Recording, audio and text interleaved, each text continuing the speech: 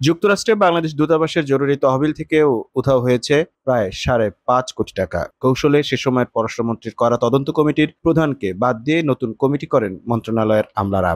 Committee হওয়ার বছর পেরিয়ে গেলেও তদন্ত কিন্তু শেষ হয়নি। বিষয়টি স্বীকার করে সাবেক পররাষ্ট্রমন্ত্রী এ কে আব্দুল মোমেন ইঙ্গিত দেন, দূতাবাসের প্রথম সারির কোনো কর্মকর্তাই জড়িত এই অর্থ লোপাটের সাথে। 2007 সালে ঘূর্ণিঝড় সিডরে ক্ষতিগ্রস্তদের সহায়তায় যুক্তরাষ্ট্রে বাংলাদেশ দূতাবাসের খোলা একটি ব্যাংক অ্যাকাউন্টে জমা হয় $1,76,000 বা 2 কোটির বেশি টাকা। 2020 সালের অক্টোবর মাসের পর সেই অ্যাকাউন্ট থেকে অর্থ লোপাট করে দূতাবাসেরই একটি চক্র হিসাবটি বন্ধ করার উদ্যোগ নিলে ব্যাংক বিষয়টি দূতাবাসকে জানায়। রাষ্ট্রদূত জিয়াউদ্দিনের বিদায় এবং এম শহীদুল ইসলামের দায়িত্ব গ্রহণের মাঝামাঝি এই অর্থ লোপাটের ঘটনা ঘটে।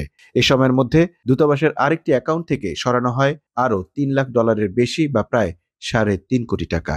রাষ্ট্রদূত শহীদুল ইসলাম দায়িত্ব নেওয়ার পরপরই একটি চিঠির মাধ্যমে সেই সময়ের পররাষ্ট্রমন্ত্রী ডক্টর এ কে আব্দুল মোমেন ও সচিবকে এই তথ্য জানান।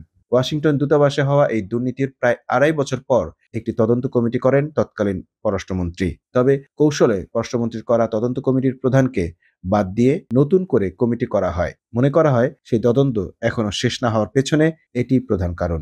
এসব অভিযোগের বিষয় জানতে চাইলে অস্বীকার করেননি সাবেক পররাষ্ট্রমন্ত্রী।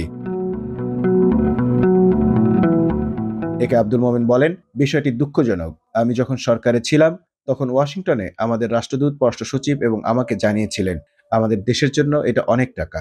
ডরমেন্ট অ্যাকাউন্টে বহুদিন ধরে তা পড়েছিল। তখন এতগুলো টাকা হঠাৎ করে উধাও হয়ে যাওয়ায় ব্যাংকই সতর্ক হয়ে গেল।